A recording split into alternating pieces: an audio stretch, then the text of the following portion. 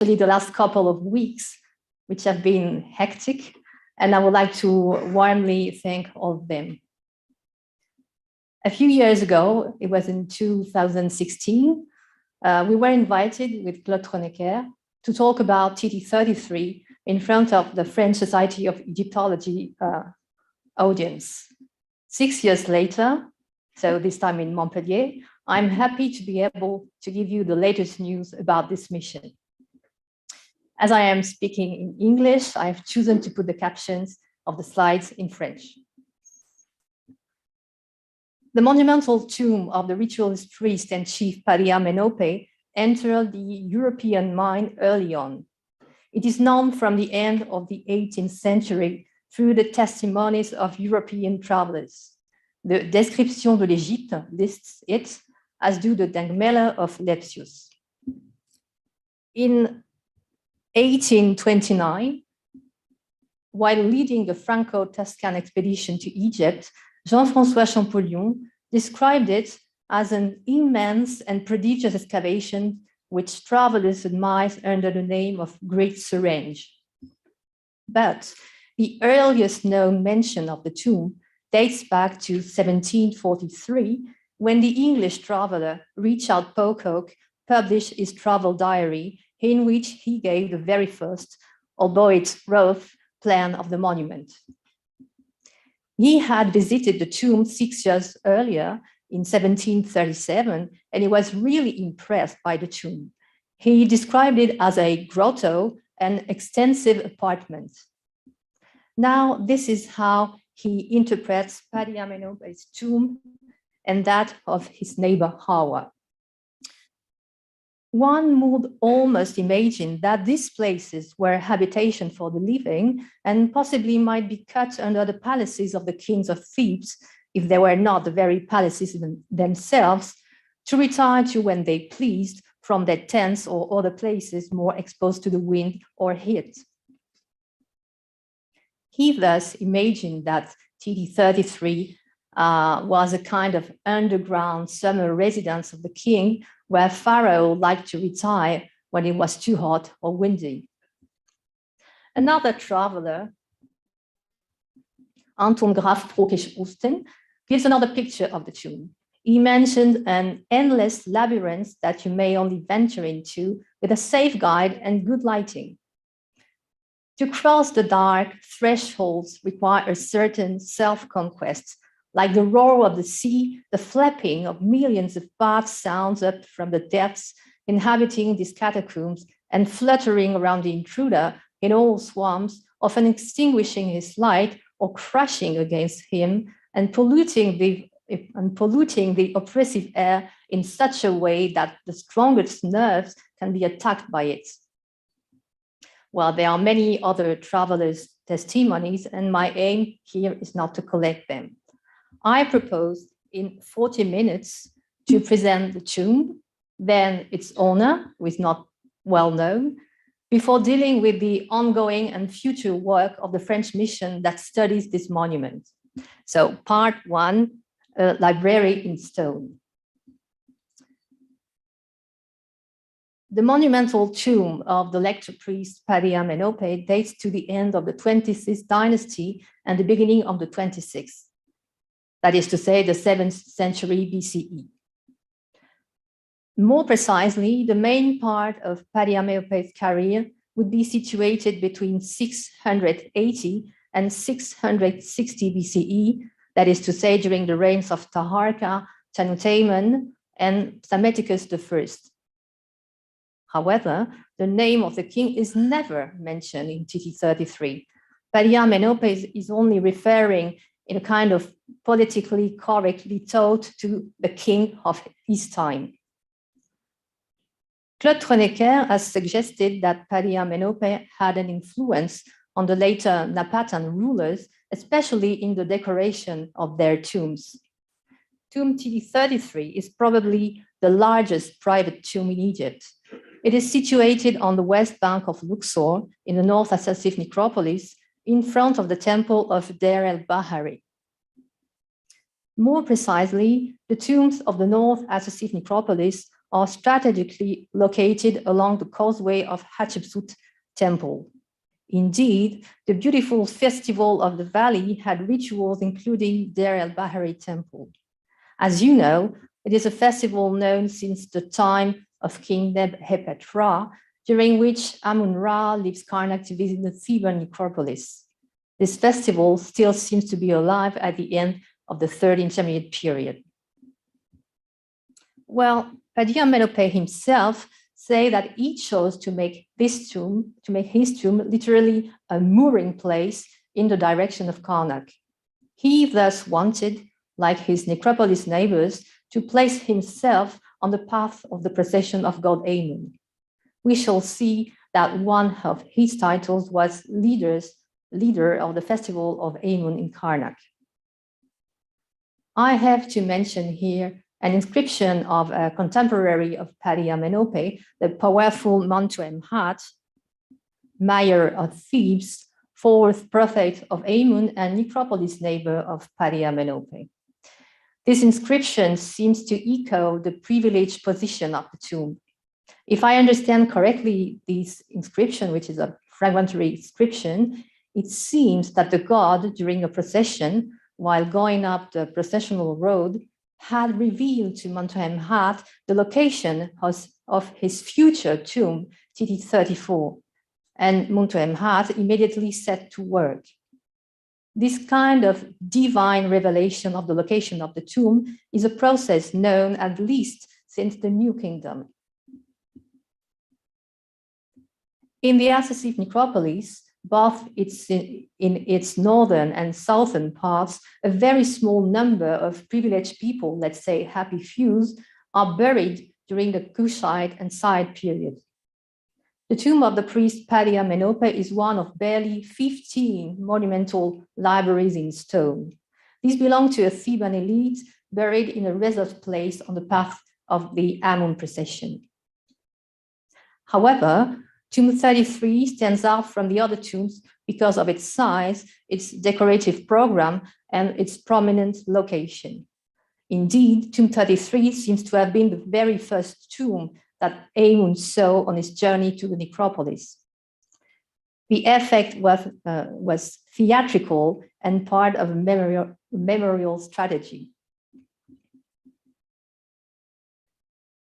Amun's procession was moving up the Hatshepsut causeway. To the left, an imposing rock mass, poetically called Haze 104, served as a visual barrier. When the rock was interrupted, it was the moment when Amun's bark stopped at a resting shrine. And at that very moment, the enormous brick pylon of Padilla-Menopé, about 10 meters high, appeared. A very imposing presence. It was probably covered with white plaster so that it was even more visible. Within this small elite community, Tomb TD33 is often considered to offer the most excessive and ostentatious illustration of the construction of the memorial identity of the deceased. Let us judge by a few evocative measurements before briefly mentioning the decorative program. The tomb of Padilla-Menopé consists of a mud brick enclosure of about 105 meters long and 85 meters wide. That represents a floor area of about 9,000 square meters, almost twice the area of Notre-Dame de Paris. In terms of infrastructure, 22 rooms are spread on 4 levels. The tomb once had 2 pylons and 2 courtyards, but these have now almost completely disappeared. The masonry entrance you see at the back is the entrance to the underground levels, but one can imagine an open-air entrance hall.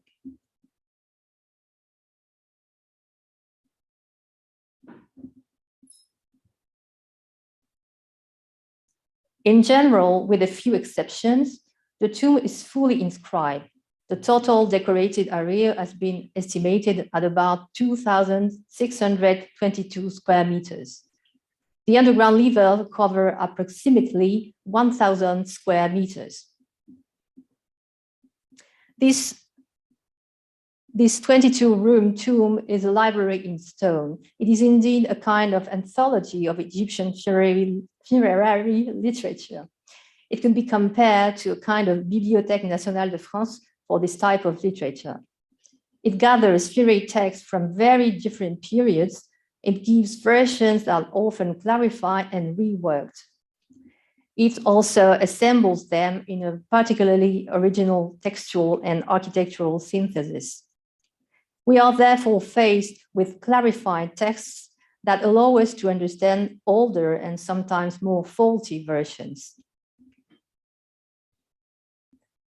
The Osirian at Abydos is clearly one of the main models of the tomb, and the special relationship of the Kushites with Abydos is well known.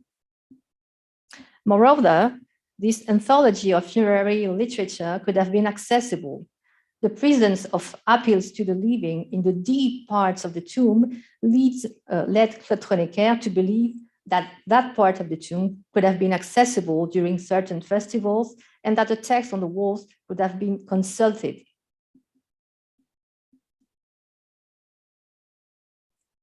In this theatrical tomb, the highlight of the show was the atypical architecture of room 13, a 15-meter sided mass that Alexandre Piankov called the Osirian cenotaph. Claude Kronecker proposed to recognize in this massive structure the now disappeared superstructure of the Osirian at Abydos, around which processions could have circulated. Part 2, about Paddy Amenope, an influential but little-known figure. Who is this man to own such a huge tomb in a most sought-after place? Paradoxically, if the tomb is literally covered by inscriptions, we do lack precise information about this man, and especially about his career. His name indicates that he was a local man, perhaps from Ermont. In any case, he's certainly a strong man in Thebes, like his contemporary and necropolis neighbor Mentuemhat, but from what is known about him, that is very little, we seem to perceive a powerful character close to the king, both an intellectual and a courtisan. We may wonder what kind of relationship these two men had with the divine votaress who was supposed to hold political and religious power in Thebes. One may also wonder about the relationship between Paddy Amenope and Mentuemhat, whose tombs had several points in common. It can be argued that the construction of their respective tombs, TT33 and TT34, was partly contemporary. Both of these powerful men wanted to have a final resting place worthy of their prestige and their memorial strategy. Was there any form of competition, however a friendly one, between these two figures? We will never know, but the stature of Paddy Amenope is similar to, but larger and taller than that of Mentuemhat, as shown by Laurent Coulon and as illustrated here by Claude Kronecker. In the same way, one can only imagine the noise, the crowd, and the dust produced by these building sites, which were probably spread over several years in the Asif. We know a dozen of his statues. It is a lot for just one person. Recent discoveries by Frédéric Collin and Cassandre Hartenstein have shown that the sculptor's workshop was set up directly in the courtyard of the tomb. The granite was transported directly and especially from Aswan, which implies considerable logistical means.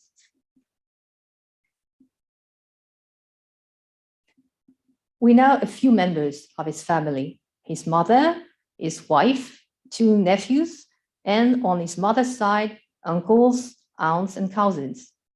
His father's name is never mentioned, and it is not known whether he had any children. The only children found depicted in the tomb are two young boys, probably nephews. They are holding the stick of Paddy Amenope in a scene reminiscent of the Old Kingdom style. The first is called Paddy Ptah, and the second one here is almost entirely lost. Another element reminiscent of Old Kingdom is the epithet of his wife pensioned from his husband. As far as I know, it occurs only in the New Kingdom, in the Old Kingdom, sorry. Secondly, what best informs us about Paddy Amenhotep are his almost 50 titles. But the most important title in terms of real administrative responsibility, Frédéric Perraudot recently told me about this, is Sech al-Nesut and Refet Her, a title attested as early as the Old Kingdom. It is therefore an archaic title at the time of Paddy Amenhotep, and it means personal scribe of the king's archives, otherwise the private secretary of the king. It makes him a senior member of the chancellery, a sort of secretary to Pharaoh, almost like a minister. And I will add that one of the titles that best testifies to the trust placed in him by the king is perhaps that of leader of the feasts of Amun-Ra in Karnak, since it is the king who delegates this function to him.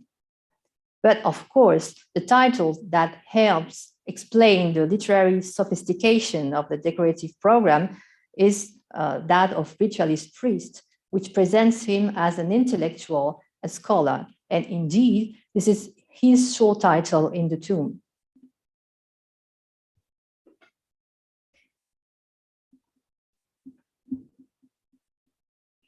It also seems that Paddy Amenhotep's career has been built on a logic of courtship. This may explain, as an intimate to the king, how this man could have disposed so enormous resources to plan his final resiliency. One can imagine that he excelled at court in oratory and in the scriptorium, in the knowledge of texts and scriptural practices. As you can see, there are still a lot of gray areas about this figure. Now, the last part of the lecture about the work of the French mission in this tomb. Created in 2004, the French mission in the tomb of Paddy Amenhotep has the initial objective of copying, editing, and studying the text of this gigantic monument.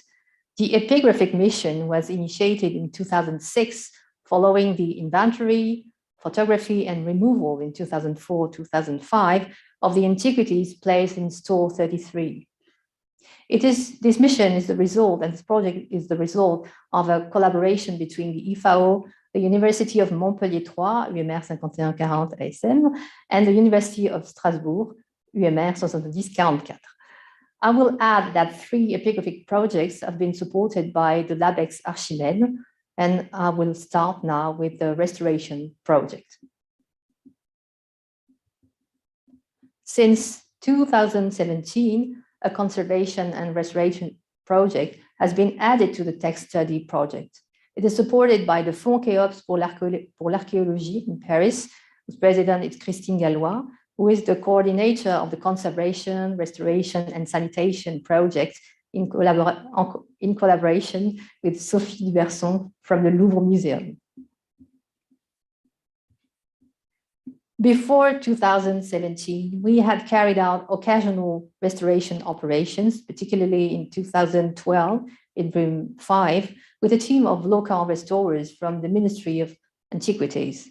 The cleaning of the walls was spectacular, and we were really enthusiastic. Unfortunately, it soon became apparent that we had chosen, by chance, the easiest room to clean. Applying the same techniques in other rooms was less successful. Thus, it soon became necessary to carry out an expert mission to determine which restoration techniques would be the most effective. In addition, the cleaned walls were darkening again, suggesting the presence of semi-volatile particles.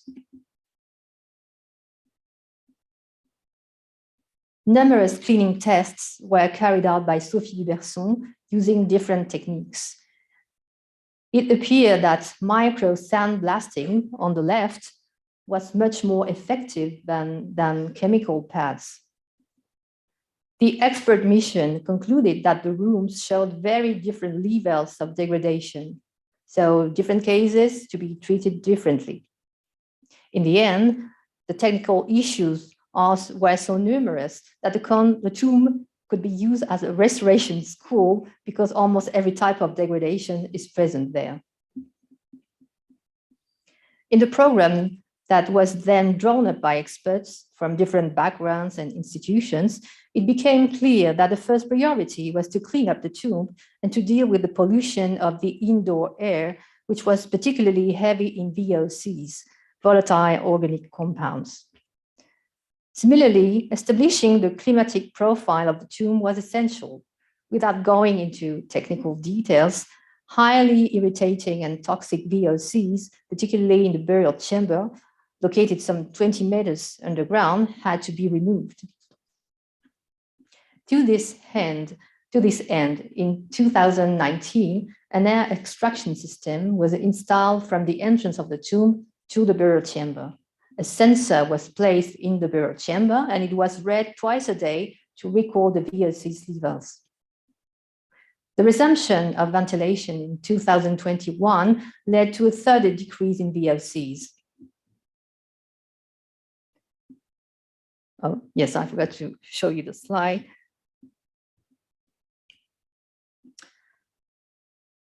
At the same time, the cleaning of room 1 was carried out by Simone Nanucci with the help of Héloïse Smet and many workers. The rubble removal in the first 3 rooms of the tomb is indeed crucial before cleaning the walls.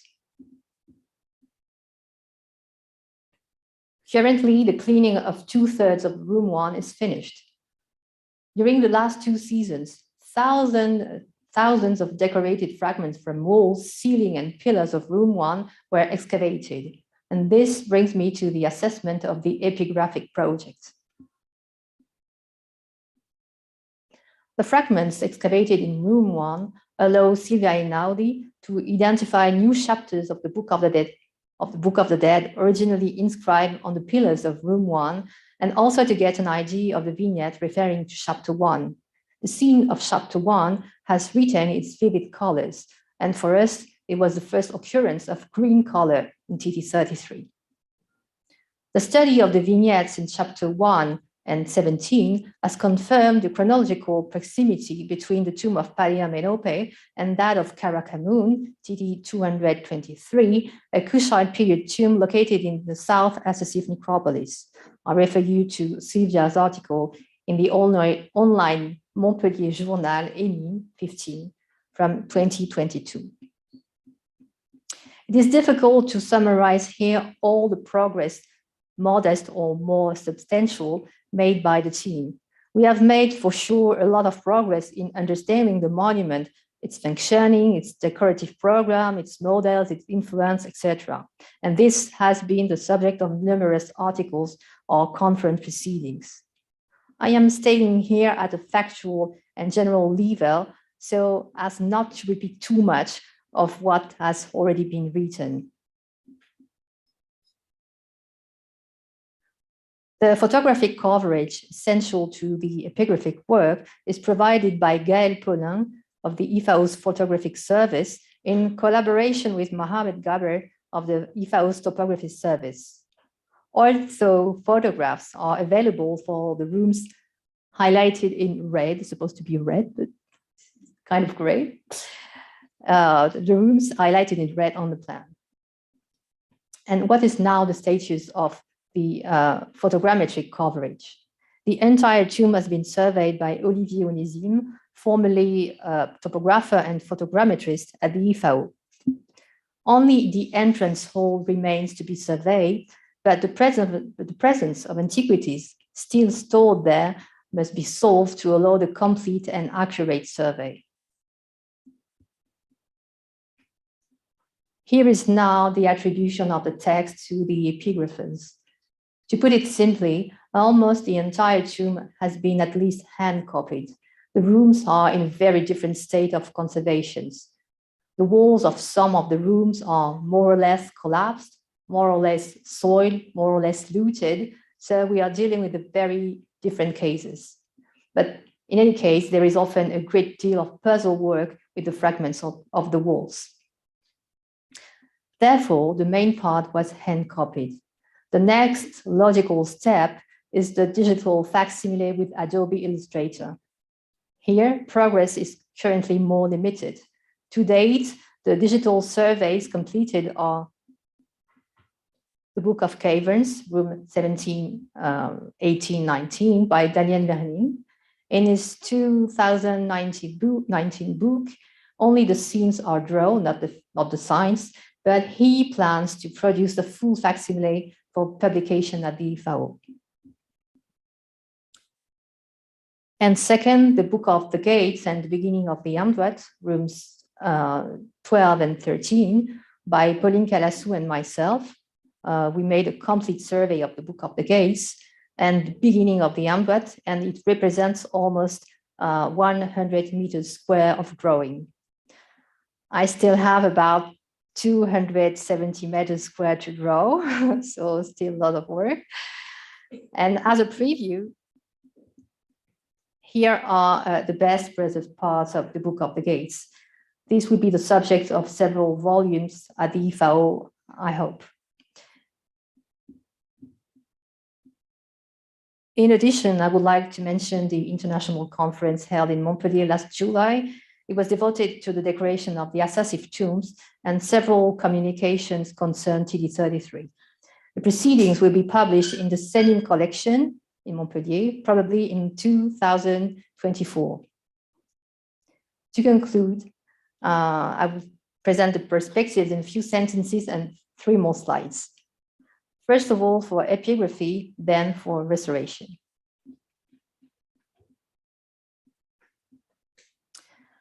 The main perspectives is to continue the photographic coverage, to complete the hand copy of the few missing texts, to publish, of course, the digital facsimiles in the IFAO, and the planned volumes are now Book of the Caverns and Book of the Gates, to continue the treatment of the inscribed fragments, to initiate TD33 paleographical studies, and that will be done for Book of Caverns and Book of the Dead, and last, to continue the study in collaboration with the Oriental Institute of Chicago of the pink granite gate of Padiamenope. It is today in Medinet Habu, but it undoubtedly comes from the superstructure of TD33. For the conservation and restoration mission, the main perspective is to continue the air extraction and monitor the climatic environment of the tomb. Then to complete the excavations of rooms 1 and 3 with a double objective to plan the reconstruction of the 8 pillars of room 1, and second, to install a clean and passable floor for future visitors. Last, we will try to carry out micro sandblasting tests, probably in February 2023, thanks to a sponsorship from the Kersche company and the collaboration of the Louvre Museum with the support of the Fonds Khéops pour l'Archéologie. It is a crucial step because the success of these micro sandblasting tests would open up a major restoration project for TD33. I would like to end by pointing out the upcoming broadcast of the documentary Le Palais des Hiéroglyphes sur les traces de Champollion, produced by the Bleu Cobalt company, and it will be broadcast on the 6th of October, so the Egyptian National Feast, at 9 p.m. of France 5. Thank you for your attention.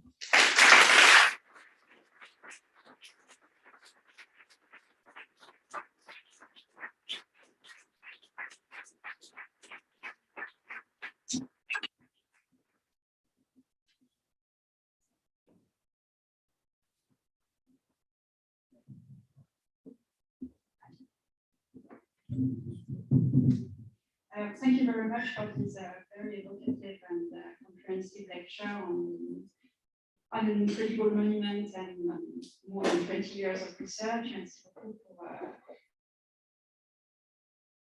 cette synthèse sur un monument et un personnage fascinant et puis 20 ans de recherche.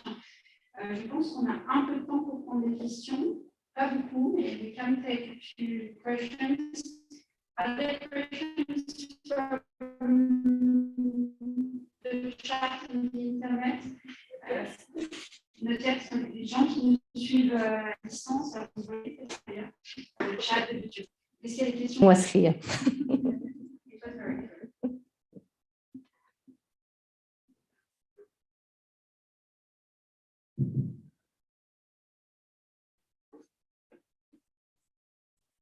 Thank you for this important picture. My question is about conservation, so I hope you can have an answer. So about the microsand cleaning. You use it in the free spaces from the inscriptions or directly from the inscription? So the tests we carried out were concerned with the not decorative parts, of course, because there are a lot of, well, I'm not a conservator, as you know, but I'm trying to answer your question anyway. There are a lot of variation in, the strength of the sound. So they made a lot of tests, and that would be the aim of the mission in February, next February, to test which one is the best. But we hope also to test on decorated areas. And we do know that blue pigment is very fragile and that maybe it has to be fixed with some resin before. That's all I can say, I'm afraid. The height of the phone is very large. So I'm happy that you find a way. So that's why I am asking you, because the microsand is very fast, cleaning very well. As far as I know, it's for the places which create from the description. So if your way to deal with this, with the bugs which has the descriptions, it would be very nice. Thank you. Any other question?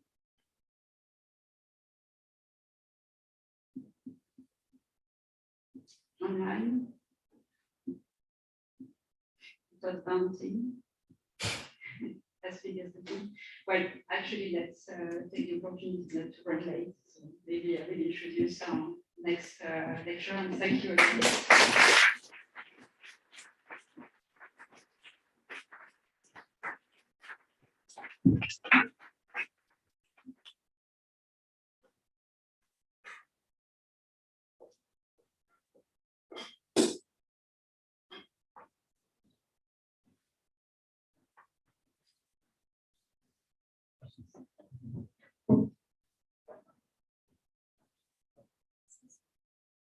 D'accord.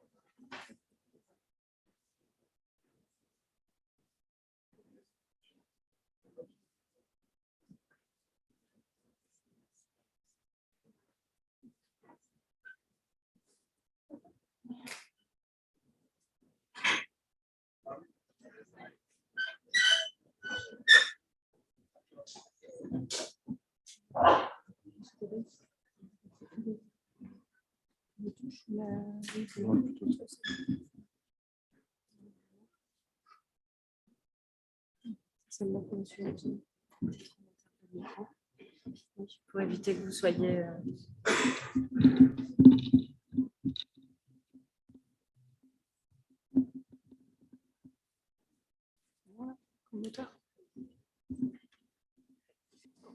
So it's my great pleasure to introduce our second lecture tonight with another very famous Egyptologist from Montpellier. And all of you have heard of him because of his work about the Amarnian period, Akhenaten and Tutankhamun. Marc Gabol is a full professor here in Montpellier in Egyptology, and he will make us the pleasure to update us on Tutankhamun buildings and realia. So c'est mon plaisir d'introduire Marc Gabol, que nos auditeurs français connaissent bien, j'imagine, pour ses travaux sur la période amarnienne et notamment sur Tutankhamun. Voilà. Thank you very much, Chloé, and thank you very much to the current research in Egyptology committee for inviting me for this keynote, and of course to the Société Française d'Égyptologie. I will talk about Tutankhamun, which is not a surprise for you. My aim is to present you that outside the tomb of Tutankhamun, there is a lot of things related to this king, and that deserve to be shown and studied, and sometimes with surprising results. 2022 is the anniversary of the discovery of the hieroglyphs by Champollion, but for most people in the world, it's a centenary of the discovery of Tutankhamun's tomb. And I must say that in America, the figure of Champollion is the most unknown, and the bicentenary is absolutely unknown. So this is, as I'm French, I'm proud of this 2 centuries of the discovery of the hieroglyph, but I must also talk about this centennial of the discovery of Tutankhamun's tomb. Before the discovery of the tomb of Tutankhamun, this king was almost unknown. There is very few traces in the Gautier Livre des Rois d'Égypte. Lepsius knew him. Champollion also knew him through the tomb of the Viceroy of Nubia, Hui, but it was a very shadowy figure among the pharaohs. And after the discovery of the tomb, he became very quickly the most renowned of the pharaohs. And it was said in England that he was the most famous man of antiquities in 1922, 1923, until 1925, and the discovery of the gold coffin, which was probably the most significant part of the treasure. But if we look at outside from Thebes and in other places in Egypt and in Sudan, there's a lot of very interesting monuments of Tutankhamun, which are generally poorly known, and I would like to present very few of them to your attention. If we go first in Nubia, there's a small temple of Pharas, which had been studied first by the University of Liverpool and after by the Polish mission, and which preserves some reliefs from this temple, where very obviously the king is divine. In fact, this temple has 2 gods, Amun and the king himself. And there is some relief with the name of the king well preserved, and also depiction of the viceroy of Kush, le viceroy de Nubie, Hui, who had a very strange fate because apparently he fell from grace at one moment of his life. But most astonishingly is that 700 kilometers south from Pharas, there is also another temple with the name of Tutankhamun, namely the temple of Kawa, which had also been excavated by Macadam, and which display very nice scenes of the time of Tutankhamun. And the temple was devoted to a very special form of Amun in Gem Aton, which sounds like an Amarna name. So probably there was a first temple during the reign of Akhenaten. And inside this temple, there were also some ex-votos, and one very special is the ex-voto of Chai, with a depiction of the fat cows, and which are very well known at Karnak. And this guy, Mr. Chai, his sarcophagus is now in the in the Museum of Civilization in Cairo, and it's a very nice piece of work. Here we are in temples, and of course, one of the major masterpieces of art during the reign of Tutankhamun is the decoration of the Great Colonnade Hall in the Temple of Luxor. And this also has been first published by Wolf, and recently it had been completely redrawn and restored by the Oriental Institute of Chicago, with these marvelous drawings of the American school. And we have now a complete view of all the feast of Iman, and also the facade with which date from the reign of King I, and they are resuming their work now with the court of Amenhotep III. In Karnak, during the 1960s and 1970s, some blocks from a temple of Tutankhamun were found, reused in the 9th pylon of Horemheb, and they have been published by Ramadan Saad with marvelous drawing of Françoise Le Saout, and now they are stored on the open air museum, but it would be great to exhibit them in a hall with other monuments of Tutankhamun at Karnak, which are really not so numerous, in fact. So this is for the main temples that concern Tutankhamun. We will talk about his funerary temple later. And there's also a lot of private tombs from the reign of Tutankhamun, which have been discovered since the discovery of Tutankhamun's tomb.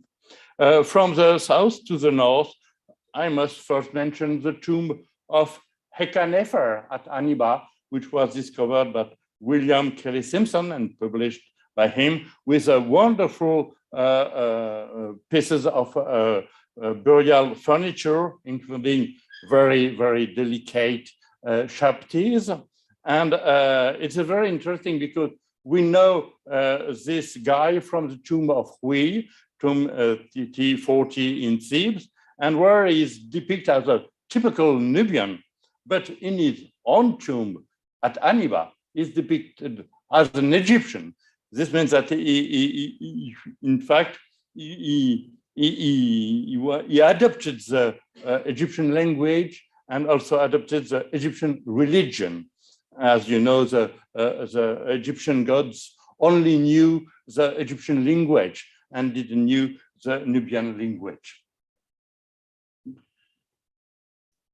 At Thebes in the 80s, it was the tomb of the first prophet of Amun, Paren-Nefer, which was discovered by Zeifried and his wife.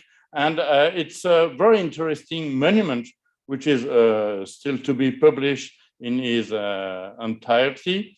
And with some very strange things. For example, here we have a depiction of the son of Paren-Nefer, Hori, with a cryptographic text, very interesting. We have other cryptographic texts from the reign of Tutankhamun, including those on the gilded shrines from his tomb.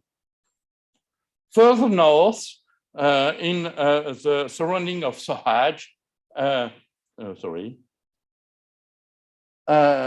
exactly just behind the Red Monastery in the surroundings of Sohaj, a tomb from the time of Tutankhamun was discovered by Boyo Kinga in the 70s and published by him. Unfortunately, it is a badly damaged tomb, but we have a depiction of the king on his chariot, and the tomb belonged to one guy called Senked, who was a director of the nurses of Tutankhamun. Apparently, Tutankhamun, as Amenhotep II before, had a lot of nurses.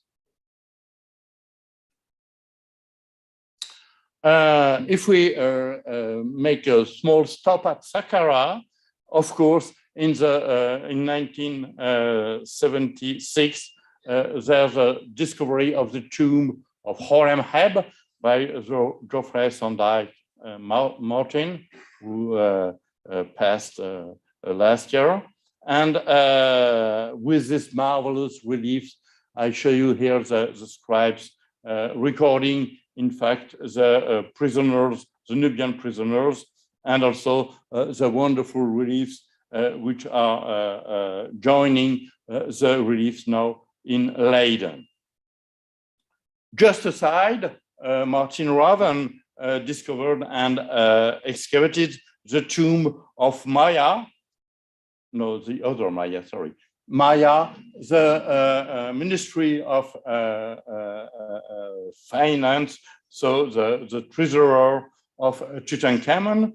And here also there were very nice reliefs found in the basement, in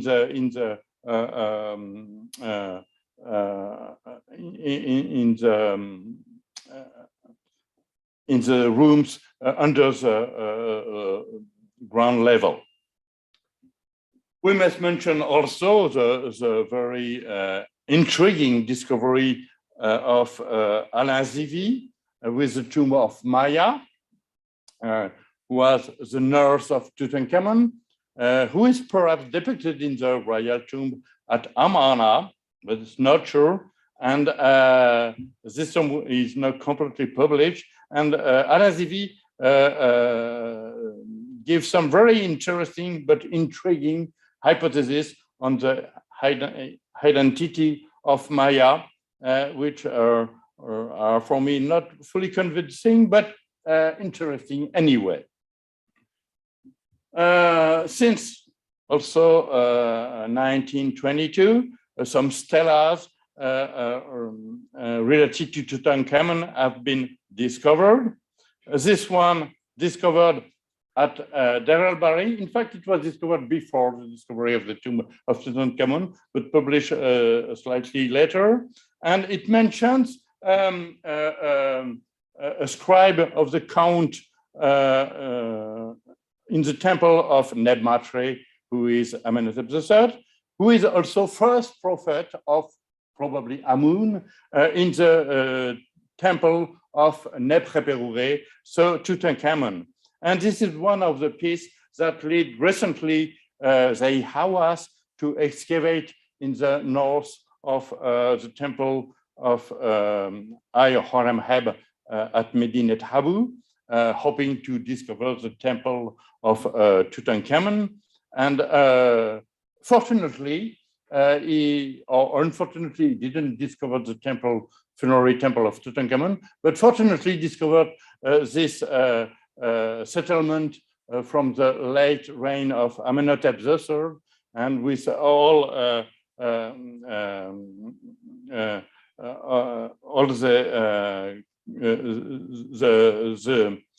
portraits and dockets concerning the making of meat and fat. And we know that there was a funerary temple. It's mentioned, but very, very rarely, in fact. We have one stamp in the jar from the tomb of Tutankhamun, which mentioned the Hut Neb-Reperure Emperor Imen, so the temple of Neb-Reperure in the domain of Imen, and so probably in the west of Thebes. And also there is a stamped brick with the name of Tutankhamun, which was found in the north of the temple of Ramses III at Medinet Habu. So we know that there was some structure built there, but unfortunately, not one piece of his funerary temple has already been discovered. Among the stela from the reign of Tutankhamun, I must mention this very special stela of Pen-Niyut, who is already known from a relief in Kawa in Nubia. And it's a stela where the Penniut, who was responsible of a big area in Nubia, and is addressing a speech to a magi who failed to take the seal of Pharaoh and failed to make his tour, which was about 4 Iteru, so 40 kilometers each day. And it's a very, very vivid account of the life in the fringe of the desert in Nubia. So this to show you that if you look out of Thebes and out of the tomb of Tutankhamun, you can find a lot of remains of Tutankhamun's reign. And in one way, we can study the reign of Tutankhamun without taking into account what was found in his tomb. Yes, but it's better to take into account what was found in the tomb also. So the problem with the tomb is that the tomb solves absolutely no problem regarding the origin, the death of Tutankhamun. We know that he was a son of a king, but his parents are still unknown. We have not definite inscription which tell us the son of the king born of. Probably such an inscription existed, and perhaps it survived, but it is still under the sand of Egypt. So the first problem is, who is the father of Tutankhamun? Long ago, it was proposed that it was Amenhotep III, and this is still the opinion of all the scholars who think that there was a co-regency between Amenhotep III and Amenhotep IV. We have very few evidence about that. Yes, of course, in some inscription, mostly either by Horemheb in Soleb or like here in Luxor, Tutankhamun says that he made restoration for his father Amenhotep III. But we must take in account that in the temple of Luxor, Amenhotep III is a god. So it's only the fact that every king is a son of every god, and in one special place in the temple is the son of the main god of the temple that is in fact involved here. So this is the first father of Tutankhamun. The second one is Ai himself, who was the successor of Tutankhamun, and in one of the architraves of the temple that he built for Tutankhamun, probably at Karnak, but not sure, he claims that he has made a monument for his son, the good god, lord of the two lands, Tutankhamun. So we have two fathers already for Tutankhamun. And of course, in my opinion, none of them is the real father of Tutankhamun. I call Tutankhamun his son because he was older than Tutankhamun, even he was his successor, and moreover, he was divine father, which means that he considered himself as a father of Tutankhamun. For me, the most probable candidate is Akhenaten, and we have a Talatat found at Hermopolis, but surely coming from Teleramana, which tells us that he is the son of a king, his beloved Tutankhamun, and due to the time when this Talatat was cut, it's very probably that he is the son of Akhenaten. But very recently, another king had been has surfaced as a possible father of Tutankhamun. I would like to name Smenkhkare, which is in itself a problem, and asking because there's a lot of confusion with this name Smenkare, which is used for kings which were never named Smenkare. And this piece of evidence is a fragment of tunic which was found in the tomb of Tutankhamun, but remained unknown until very recently when it had been studied in the Grand Egyptian Museum. And on this tunic, on the part which was on the left shoulder, there's a cartouche which has been interpreted as Angeperure, which is obviously one of the name of Smenkare. And as this tunic has a parallel found in the tomb of Thutmose IV with the name of Amenhotep II, it was concluded that Angeperure was the father of Tutankhamun, so Smenkare was the father of Tutankhamun. The problem is that if you look at the right side of the tunic, there's something very strange. Oh, sorry. Instead of the nomen of Smenkare, you have only here. Oh, sorry. Oh, sorry. Oh. You have only here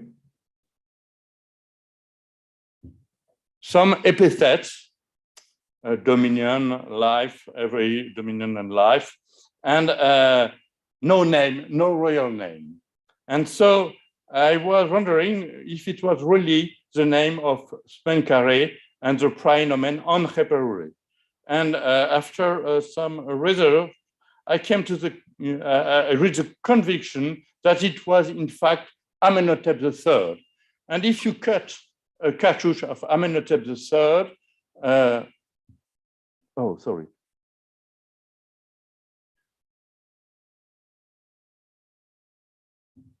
Here, you have only remaining Re and Ange. And I think that this was first inscribed in this tunic. And so first, we can reconstruct the history of this tunic in this way. First, it was inscribed for Amenhotep III.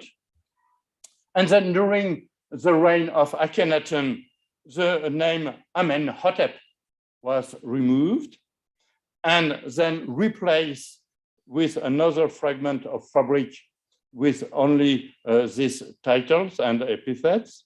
And after it turned to decay, only remained the part of the cartouche of Nephmatre. And here we have a good explanation to the reason why the nomen has completely disappeared and been replaced. So for me, Smenkare has never been the father of Tutankhamun. So we have nearly solved the problem of the father, nearly. Now we must take into account the problem of the mother. So it was first suggested that his mother was Tiyi, and here too is a supporter of the co-regency between Amenhotep III and Amenhotep IV, who suggested that it was Tiyi. And for Tiyi, there's only one piece of evidence, very small, is this little lock of hair, which was found in a small sarcophagus in the tomb of Tutankhamun, and the small sarcophagus is with the name of Queen Tiyi. For me, it's only an heirloom, but for others, it's a proof that Tiyi was the mother of Tutankhamun. Alexandre Vary, from his side, suggested that the mother was Satamun, and we know that Satamun was also a great royal spouse of Amenhotep III, her father. So why not? But here too, we have absolutely no evidence of that, except the idea of Alexandre Vary. For most of the people in America and England, and a few in Germany, the good mother for Tutankhamun is Kia. And the reasoning is very simple. We only know 6 daughters for Nefertiti, so it can't be Nefertiti, so it is Kia. The problem is that for Kia, we only know a daughter. So with the same reasoning, we can also say, yeah, we can discard Kia.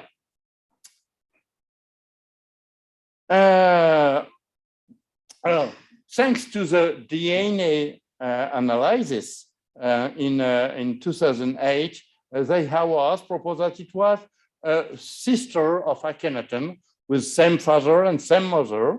And this is a problem. This is a problem because and that this mother would be the young lady from the tomb of Amenhotep II. And this is a big problem because this lady would have been daughter of a king, sister of a king, wife of a king, mother of a king, and she would have been completely unknown, left no traces, no name anywhere. And so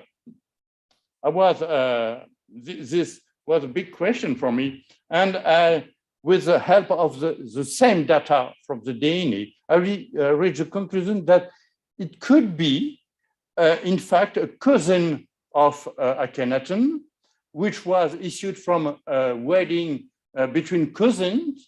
And in this way, the DNA of these cousins look like that of brother and sister. And this put, once again, in the race, Nefertiti, which is my favorite, but it's only my favorite. And recently, of course, also, there is Merithaten, which appears. Merithaten for the supporter of Menkaure as father of Tutankhamun, but also for Zivi, who thinks that Merithaten could be reduced to Mayati, as we know from the Amarna tablets, and Mayati could fit with Maya, which is sometimes written with a T. I am absolutely not convinced by this suggestion. So, but it exists. So, and I let you make your own opinion. In private, I do prefer Akhenaten and Nefertiti. So, this is for some of the mysteries of Tutankhamun. Let's go now, and so Nefertiti, and I have already written in the Bulletin of the Société Française d'Égyptologie an article about that. Let's go now a little bit in the treasure of Tutankhamun for some objects which are, I would say, rediscovered. With the help of the Journal d'entrée, it was possible, for example, to identify this statuette of an ape, which was found by Howard Carter, and which was recorded, but unfortunately not published. And very strangely, Carter found also near the gilded throne, near the leg of the gilded throne, a small object which he describes as ivory feet or possibly hands from a statuette fitted into from a statuette fitted into a statuette of wood with Kuma. And what is strange is that it's fit, possibly hands. This point obviously to a monkey. Well, we can confuse a ape, hands and feet. So for me, these are the feet of this little statuette. And we can reconstruct what happened. I exploded the.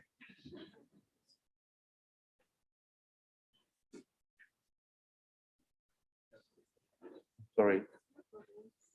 Too much button to push. Just before. Yes. Yes.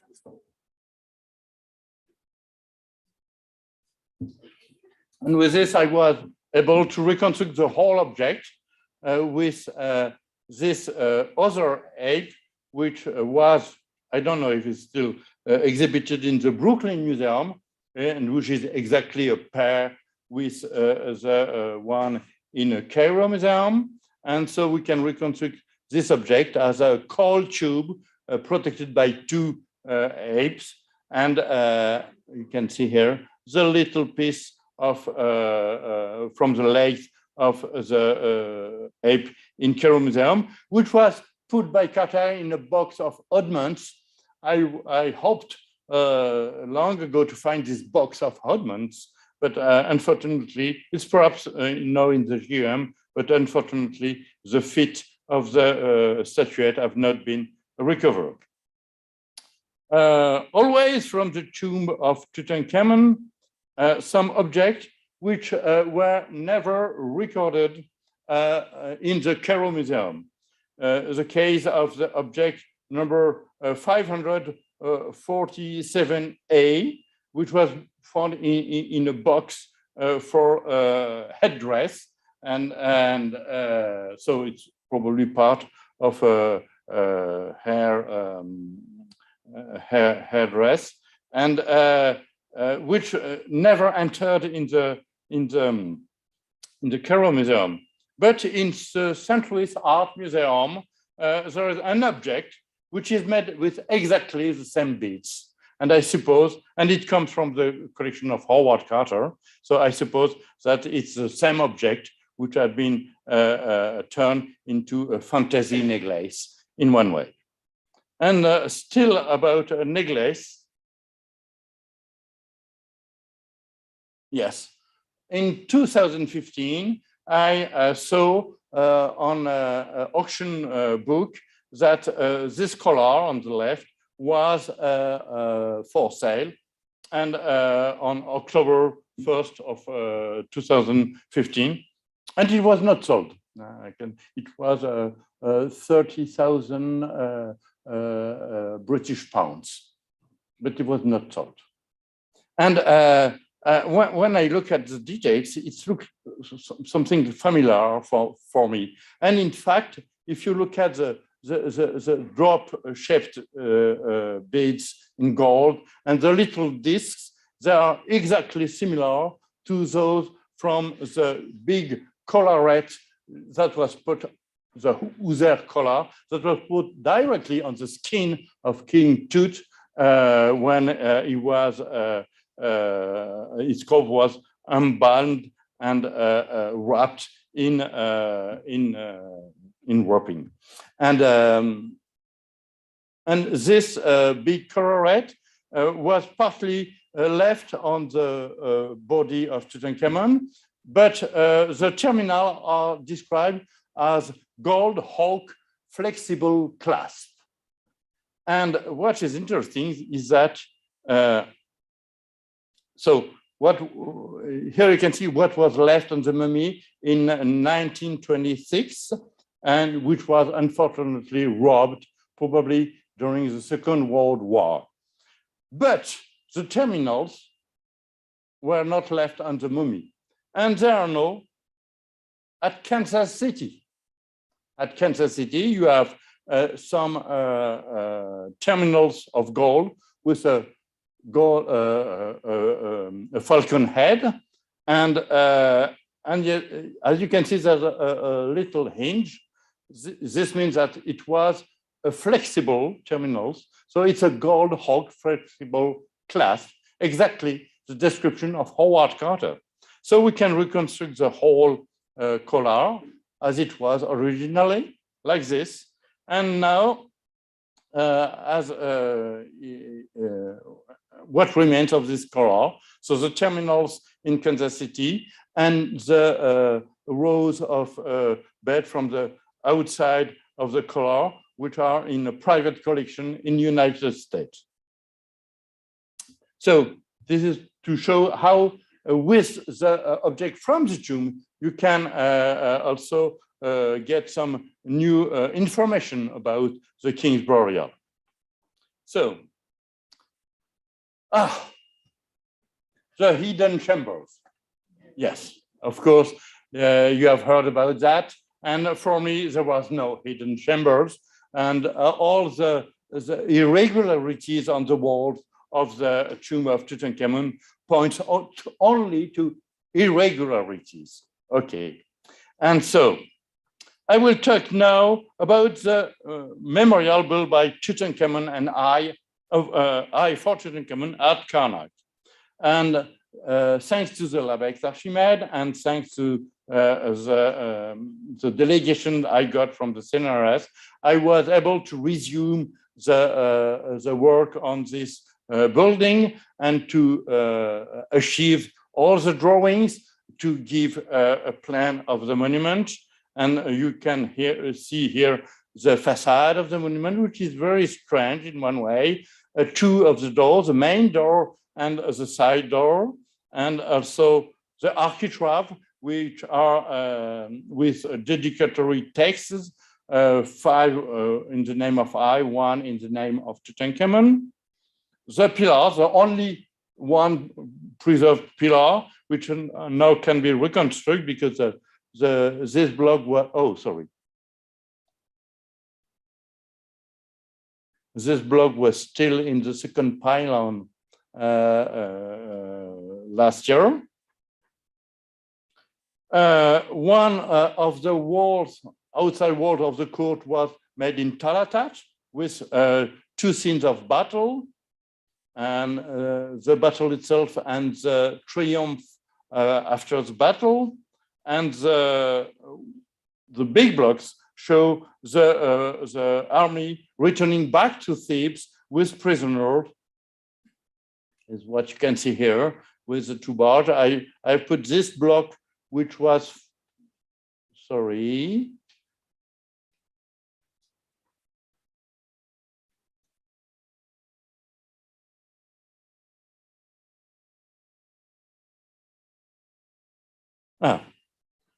This block, which was found in Medamud, but which fits perfectly with this block.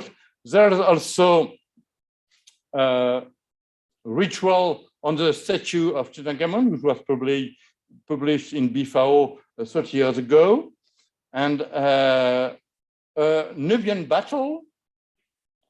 And sometimes it's very interesting to find some piece of block which have almost completely disappeared. I knew from a drawing of Priest Daven that there was a block like this in the second pylon. And thanks to Ahmed Al-Tahir, who is here, Obada, who is here, and Emily Sobes, who is here, we were able to photograph the upper part of this block here. And this upper part gives this, which is in fact part of this big block, which unfortunately now is under a part of the masonry. And so this is part of a big hunt, antelope hunt.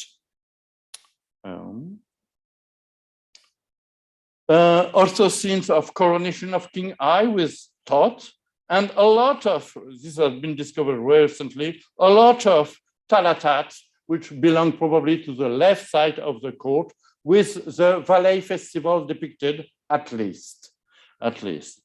And just one word on this subject, which has been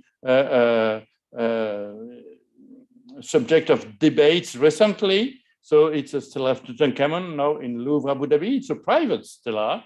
It had been published in Erdea, and it's a decree, like the decree of Nori of Seti I. And it comes obviously from Abydos, where other decrees are also known. And it comes from the collection Berens. And we know a little bit about this Berens collection, Johannes Berens. This object in Metropolitan was also from the Berens collection and Taudros, and sold by Taudros. This was also a Berens collection and sold by Taudros. This one was also Berens and collection Berens in the Boston Museum. This cup at Christie's was also from Berens. This stela was also from Berens. This Papos Selenius was also from Berens. And all these objects appear on the market after the 2010. So it's very clear that, in fact, Mr. Berens, who has no grave anywhere in Germany, I have checked the gravestones in Germany, is an alias for somebody else. So you have here part of the story, the one that I know, because I heard a lot of rumors about this stella, etc., etc. Here you have only some fact. It's not a judgment of any kind of, and so you can make your own opinion. I thank you very much for this, your attention. If you have some questions, I'm ready to hear you.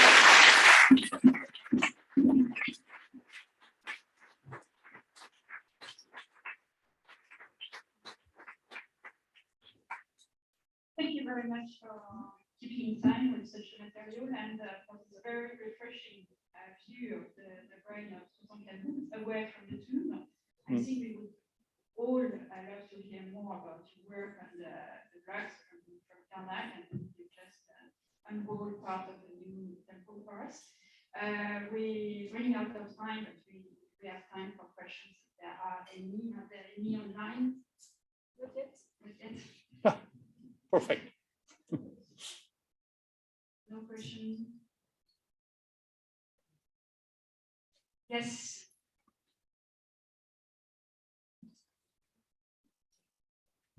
Well, I've heard the information that Tutankhamun's penis is missing. Is it true? No. What happened with his No, penis? no, no, no. It was missing, but it had been recovered. In fact, he was in the coffin, but in sciure. How do you know sciure de bois? Wooden chips. Wooden chips. It was in wooden chips inside the first coffin, but it was recovered probably by the Hawas. Was a very nice eye for that. Thank you very much for clarifying this.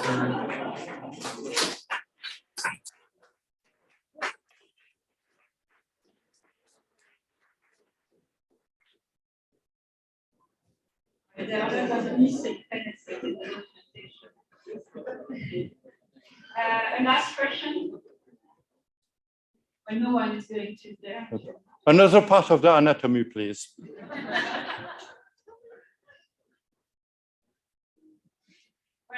I have a question that I know you've written on this as well, but it's nice to hear it from you. If Tutankhamun is the son of Akhenaten and Nefertiti, and you make a convincing case for it, how do you explain the lack of representation in the family? I cannot explain. I only constated. Perhaps there was a kind of some objects were perhaps destroyed. I would say that at the death of Akhenaten, it's a queen pharaoh who ruled. I think that she is Meritaten and that she put aside Tutankhamun. And perhaps putting him aside, she, I would say, destroyed some evidences that it could be a rightful heir. So that's why we are so few. It's very strange because for all the princesses and offspring of Akhenaten and Nefertiti, we have a lot of documents, and even Nefer-Neferuer or Nefer-Neferuet. We have a lot of evidence from Amarna, and here for Tutankhamun we are very, very, very few. So probably, perhaps, not probably, perhaps some of these items have been destroyed. And could it be that a boy did not fit in the kind of ideology or symbolical presentation of the family with I don't think. I don't think. very strange. Yeah. Thank you. I think we can call it today, and thanks again to our great lecturers, and I think 2 fabulous lectures tonight. Thank you.